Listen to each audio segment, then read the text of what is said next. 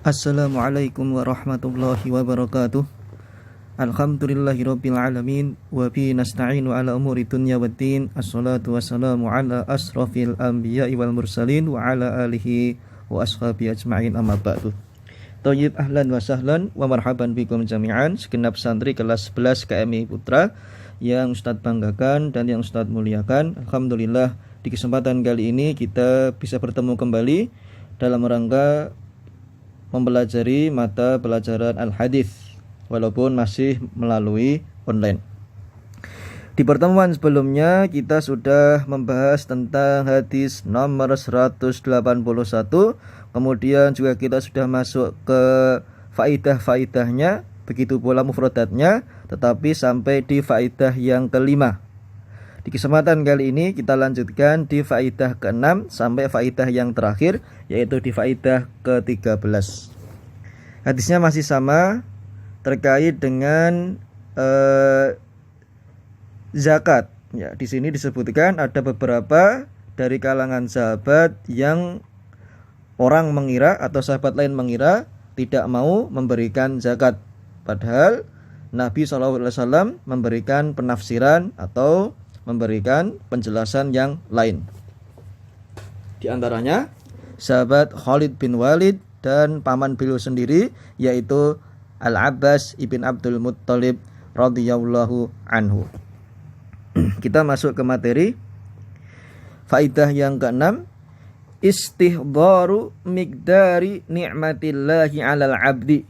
Seyogyanya seorang hamba itu senantiasa merasakan bahwasannya nikmat yang dia terima itu adalah tidak lain dari Allah Subhanahu wa ta'ala.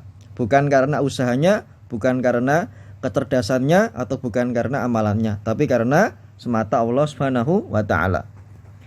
Yang ketujuh, adzabbu an irdil muslim idza tukullima fih. Adzabbu artinya apa?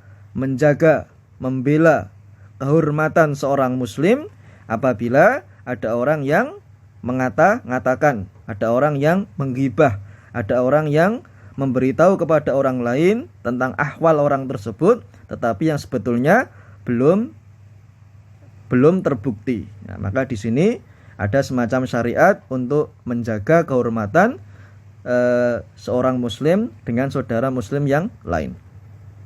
Yang kedelapan, masyru'iyatul waqfi. Adanya syariat untuk menunaikan atau menjalankan yang namanya wakaf, yang termasuk bagian dari zakat, sedekah, infak, hibah, dan yang lainnya. Wakaf ini termasuk dari amal soleh yang baik, terutama di bagian zakat.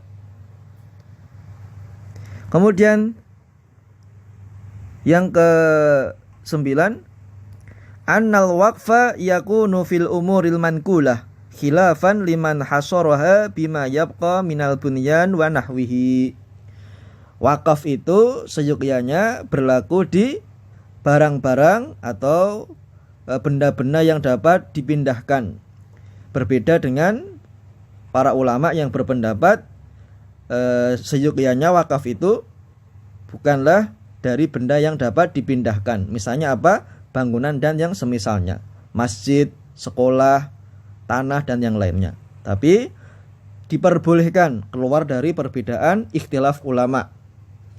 Kita misalnya beramal soleh atau berwakaf dengan sesuatu yang dapat dipindah gunakan atau diterima serahkan, atau bisa barangnya itu dipindah ke yang lain. Kemudian berikutnya, anna man akhkhara zakah mimma yajibu alaihi daf'uhu lil imam aw naibuhu jaza lil imam an yu'azzirahu bi fardhi uqubatin mudha'afah.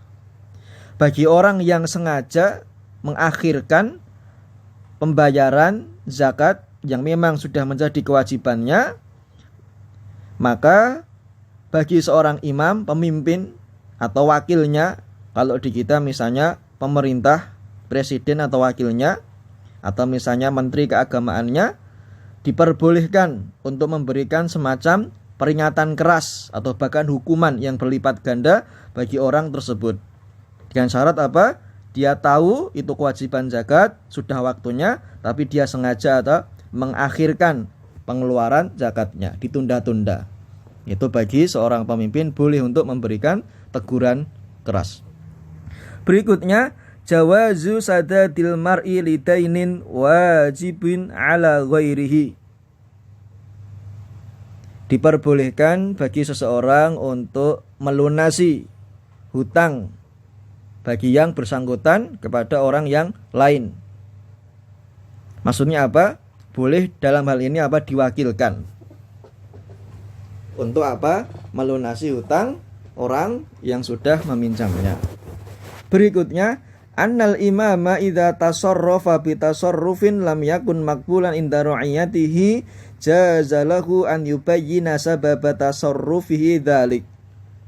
Seorang imam, pemimpin, kepala negara, raja dan yang semisalnya, apabila melakukan suatu tindakan yang barangkali tindakan tersebut di mata rakyatnya tidak layak atau tidak elok, maka diperbolehkan bagi pemimpin tersebut untuk apa? Memberikan kejelasan, tabayun, terus terang.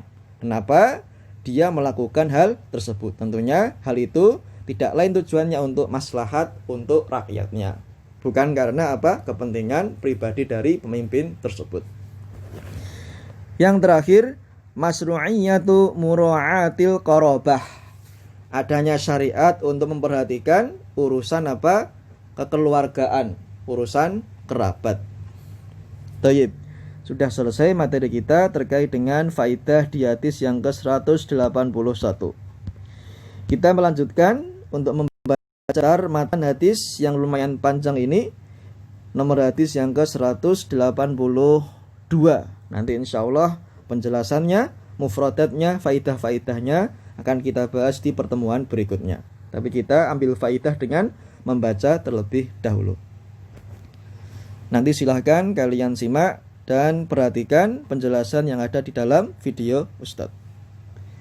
An Abdillah ibn Zaid ibn Asim qala lamma afa Allahu ala rasulihi yawma Hunainin qasama fin nasi wa fil muallafati qulubuhum wa lam yu'til ansara syai'a faka'annahum wajadu fi anfusihim id lam yusibahum ma asaban nas fakhatabahum faqal ya ma'syaral ansar alam ajidakum dulalan fahudakumullahu bi wa kuntum mutafarriqina fa'allafakumullahu bi wa 'alatan fa'aghnakumullahu bi kullama qala syai'an qalu Allahu wa rasuluhu amannu qal ma yamna'ukum an tujibu Rasulullah qalu Allahu wa rasuluhu amannu qala law syi'tum laqultum ji'tana kadza wa kadza ala tardawna an yadhhaban nasu bisyati wal ba'ir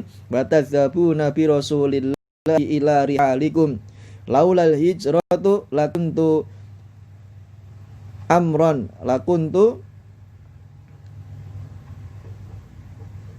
lakuntum ra'an syakhson, maksudnya lakuntum ra'an imra'an minal ansar walau salakan nasu wadiyan aw syi'ban lasalaktu wadiyal ansar wa syi'baha al ansaru syi'arun wan nasu titharun innakum satalqawna ba'di atharatan fasbiru hatta talqawni alal haudi.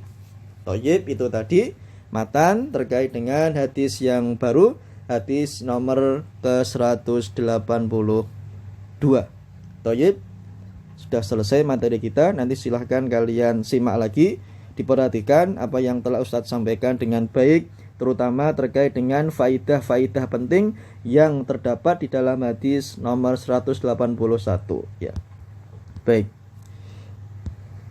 Aqulu qauli hadza barakallahu fikum jami'an. Wassalamualaikum warahmatullahi wabarakatuh.